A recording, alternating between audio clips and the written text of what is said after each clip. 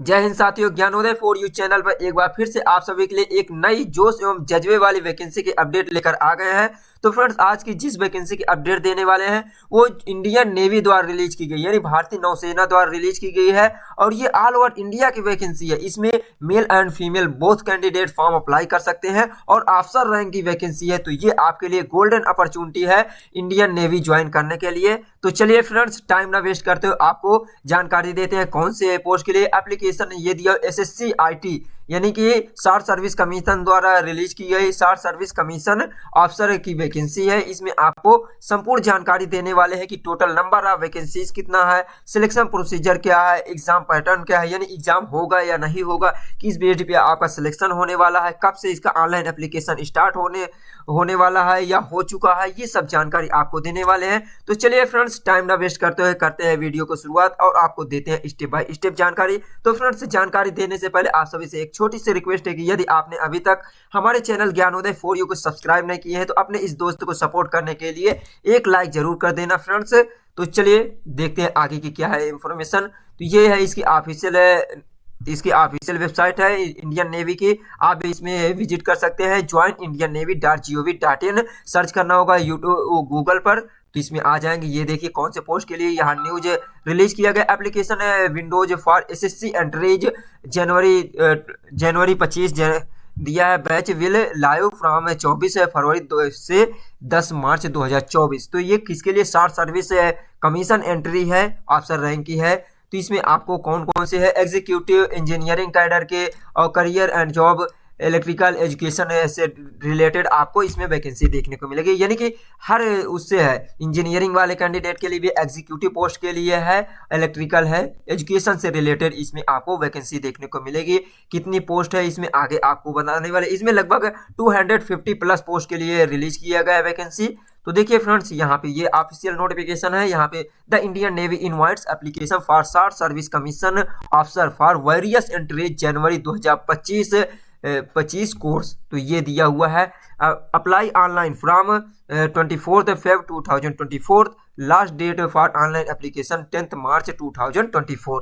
तो इसका online application है 24 मार्च से, सॉरी फ्रेंड्स, यहाँ पे 24 फरवरी, एक बार फिर से 24 फरवरी से स्टार्ट हो रहा है इसका ऑनलाइन एप्लीकेशन और लास्ट डेट जो दिया हुआ है 10 मार्च 2024। तो आपको ज़्यादा दिन का टाइम नहीं दिया जाएगा, इसमें आपको लगभग 2 वीक का टाइम दिया गया है। तो application are invited from eligible unmarried men and unmarried women candidate for grant of short service commission SSC for course commencing January 2025 onward at Indian naval academy INA Ezhimala Kerala. Candidate must fulfil condition of nationality and laid down by the government of India. तो इसमें आपको जो भी eligibility योग्यता है उसे आपको fulfil करते हैं, आपके पास है तो आप फॉर्म अप्लाई कर सकते हैं।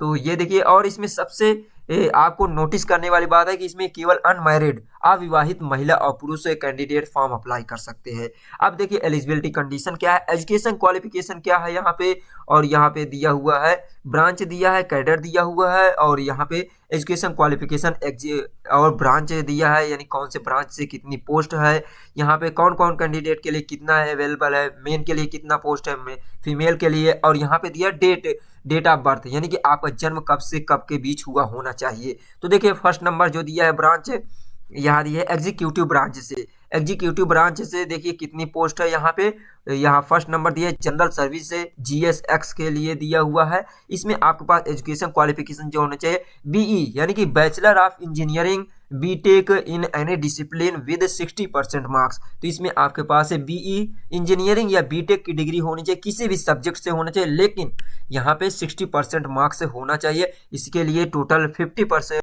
50 पोस्ट की वैकेंसी है। इसमें दिया हुआ main and female both candidate form apply कर सकते हैं, जिसमें से maximum of 15 vacancies for women. तो इसमें 15 पोस्ट जो है वो महिलाओं के लिए है। इसमें डेट दिया हुआ है, इसमें दिया है आपका जन्म कब से कब के बीच हुआ होना चाहिए। तो 2 जनवरी 2000 से लेकर 1 जुलाई 2005 के बीच आपका जन्म हुआ होना चाहिए। यानी कि इसमें मैक्सिमम आपकी एज जो होनी चाहिए, मिनिमम एज 20 साल होनी चाहिए और मैक्सिमम एज यहाँ पे देख सकते हैं जुलाई 2005 दिया हुआ है।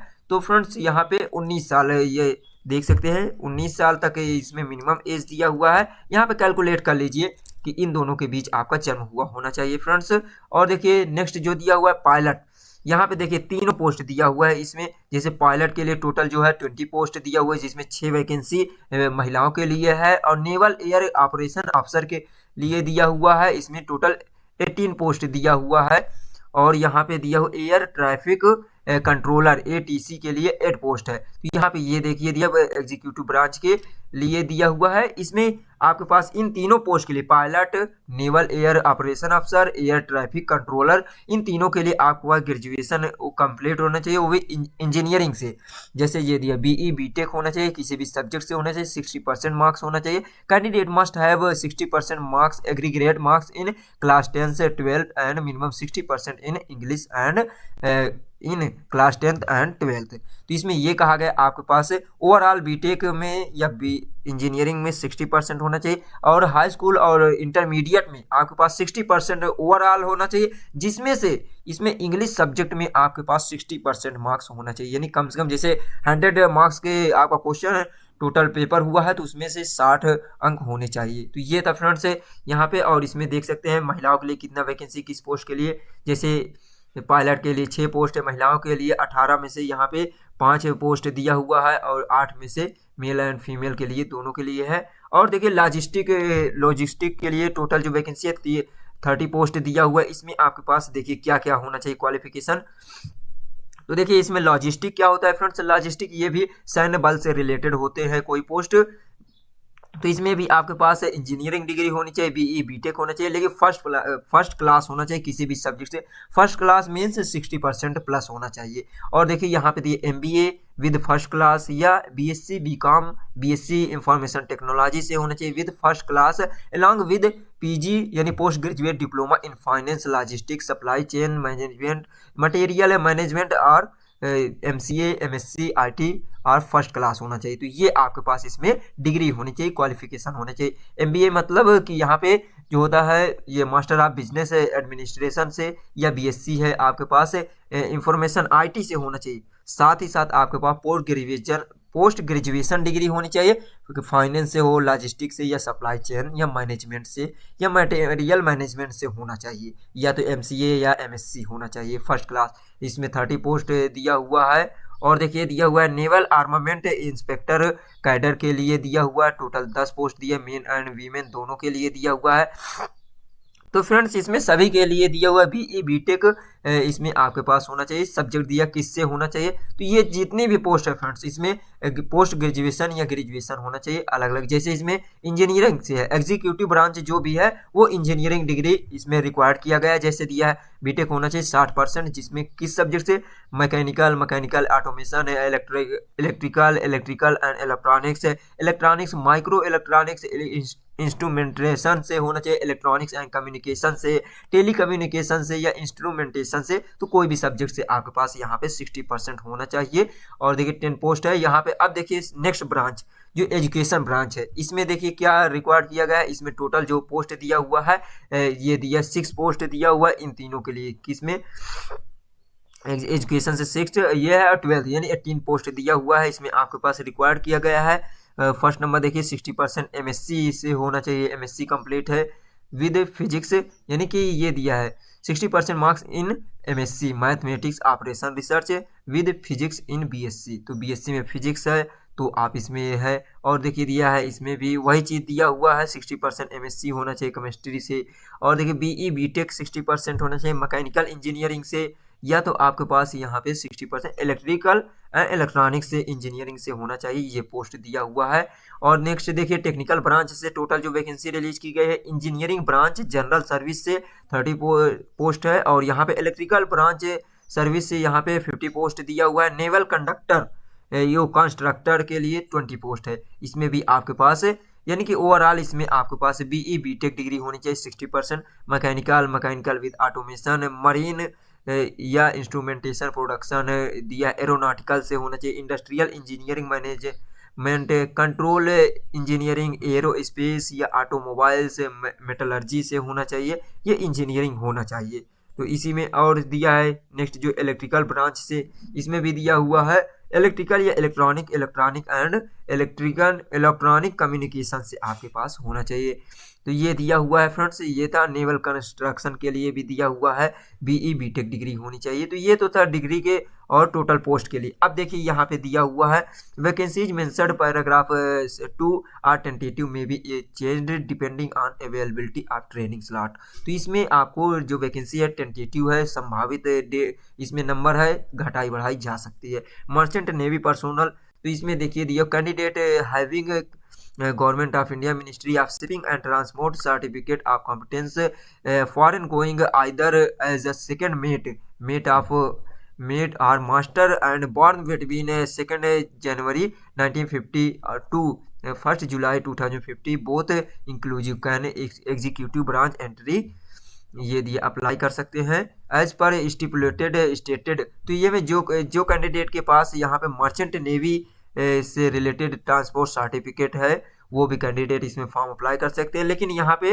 उनकी जो एज लिमिट होना चाहिए इन दोनों के बीच होना चाहिए। और ये candidate having government of India ministry of shipping transport certificate of competency first class engineering to ये the steamship by the government born between, ये दिया है 2 डेट, वो भी फॉर्म अप्लाई कर सकते हैं जिनके पास ये दिया है सर्टिफिकेट होना चाहिए मर्चेंट नेवी में जो काम किए हैं, या तो जिनके पास मर्चेंट नेवी जो कैंडिडेट के पास गवर्नमेंट ऑफ इंडिया भारत सरकार के शिपिंग मंत्रालय ट्रांसपोर्ट से सर्टिफिकेट है first class engineering steam ship के, ये जो भाप वाली जो शिप होती है उनके सर्टिफिकेट है, तो फॉर्म अप्लाई कर सकते हैं। और देखिए कमर्शियल पायलट दिया हुआ कमर्शियल पायलट लाइसेंस यानी सीपीएल होल्डर्स कैंडिडेट के लिए भी यहाँ रिलीज दिया गया है। Candidate having CPL issued by DGCA and born between 2 January 2000 to 1 January 2006 can apply pilot entry as eligibility criteria stated paragraph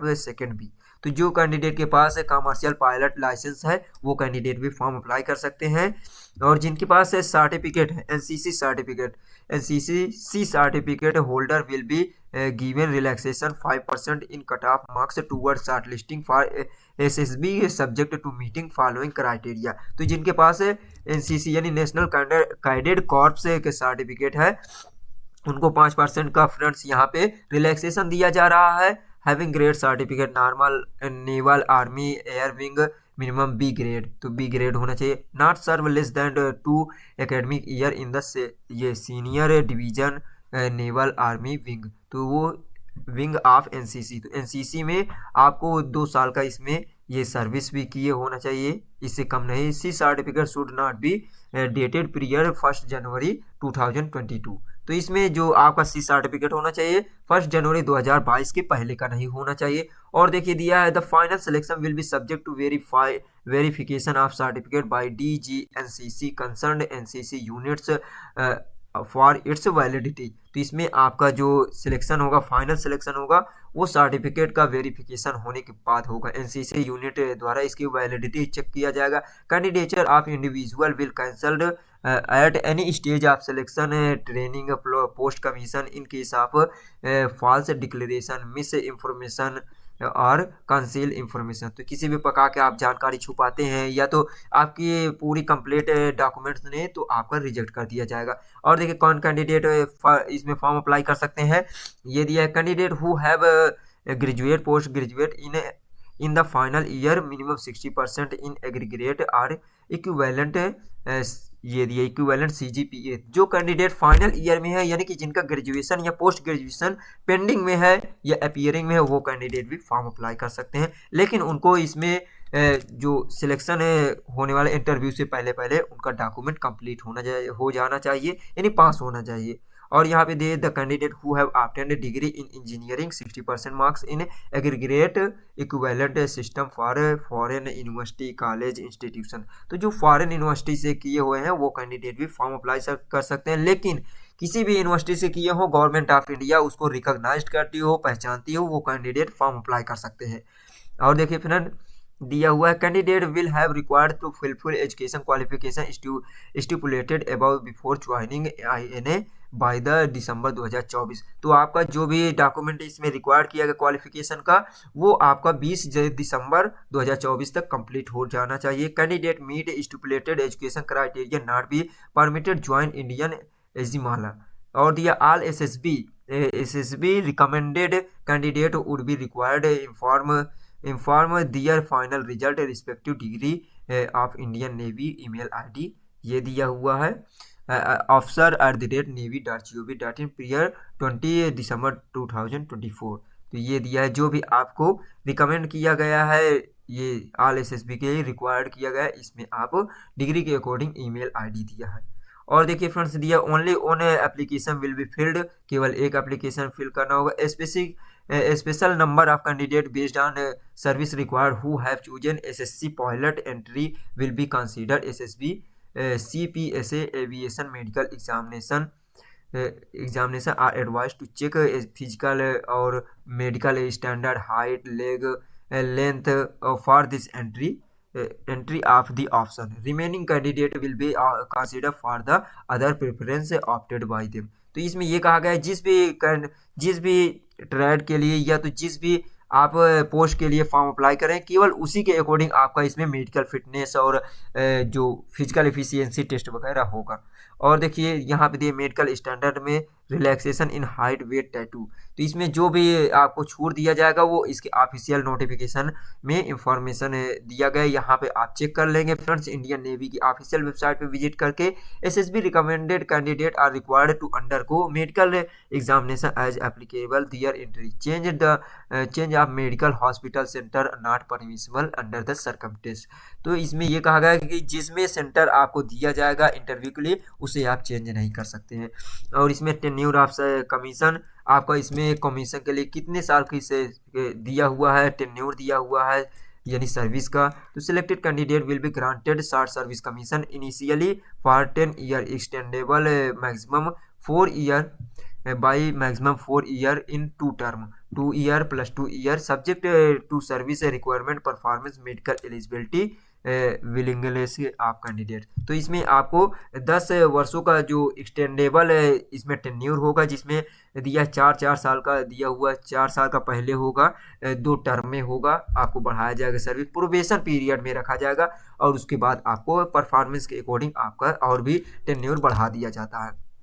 और देखिए सिलेक्शन प्रोसीजर क्या दिया हुआ है। तो short listing of application will be based on normalization marks obtained by the candidate in qualifying degree mark obtained by the candidate in the qualifying degree will be normalized using formula mentioned in Join Indian Navy website दिया joinindiannavy.in file normalisation PDF। तो इसमें आपका जो education qualification degree में obtained mark होंगे मिले हुए अंक होंगे उसको नॉर्मलाइजेशन करके इसमें आपको शॉर्ट लिस्ट किया जाएगा फ्रेंड्स। इसमें एग्जाम नहीं होने वाला है कोई भी।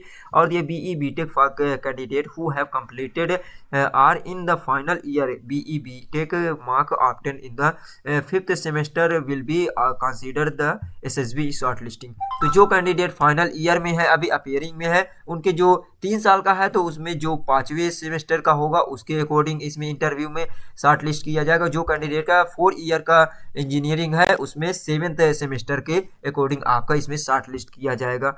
और देखिए फ्रेंड्स इसमें ये था selection procedure. A candidate selected final merit list will be required to submit proof completing the qualifying degree minimum 60% marks by sending email at the address दिया हुआ officernavy.gov.in। तो जो कैंडिडेट फाइनल ईयर में थे उनका कंप्लीट हो जाए तो 20 दिसंबर 2024 से पहले ये ईमेल आईडी पर आपको अपना डॉक्यूमेंट सेंड करना होगा ये officer@navy.gov.in पर। तो ये था फ्रेंड्स मेरिट लिस्ट किस बेस पे तैयार किया जाएगा। Merit list will be prepared on the based of SSB marks for all entries as per availability of vacancies medical clearance respective entry. तो जिस पोस्ट के लिए आप एंट्री करेंगे फॉर्म अप्लाई करेंगे उसके अकॉर्डिंग आपके SSB द्वारा इसमें एसएसबी द्वारा आपका मेरिट लिस्ट तैयार किया जाएगा। Candidate declared fit in medical examination would be appointed as availability of vacancy in the entry. तो यदि आप मेडिकली फिट रहेंगे तभी आपका होगा। और देखिए फ्रेंड्स, यहाँ पे देखिए कैंडिडेट की ट्रेनिंग कितने साल कैसे होगी। Candidate will be inducted in the